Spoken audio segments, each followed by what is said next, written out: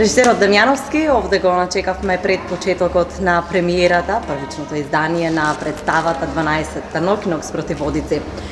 Како е вашиот впечаток на неколку минути пред почетокот на представата? Има ли возбуда внатре во гардеробата кај актерите? Што очекувате од овој настан?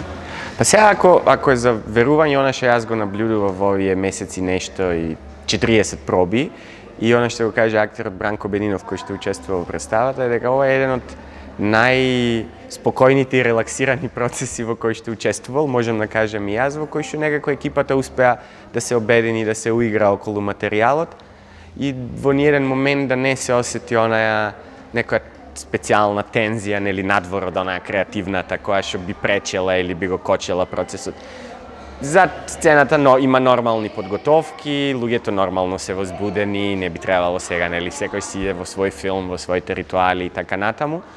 И според она што го гледав вчера на генералната проба, кај што имаше и малку публика, верувам дека ќе имаме производ кој што ќе биде гледлив, прифатлив, она што кон кој што се целевме, една лесна, разиграна, весела представа во која што и луѓето кои што учествуваат и луѓето кои што ја гледат би сакале да ја погледнат уште еднаш. Зошто публиката од Струмица ќе се идентификува со ликовите, со действијата во оваа представа?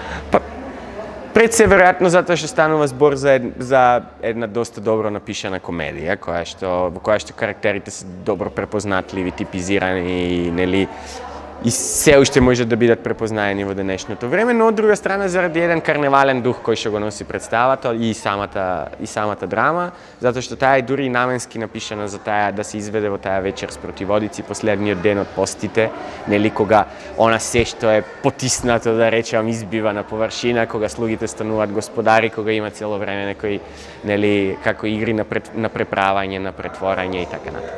Ви благодарам многу за изјавата, се надам дека ќе имаме успешна премиера. Фала ви и вас, фала за поканата.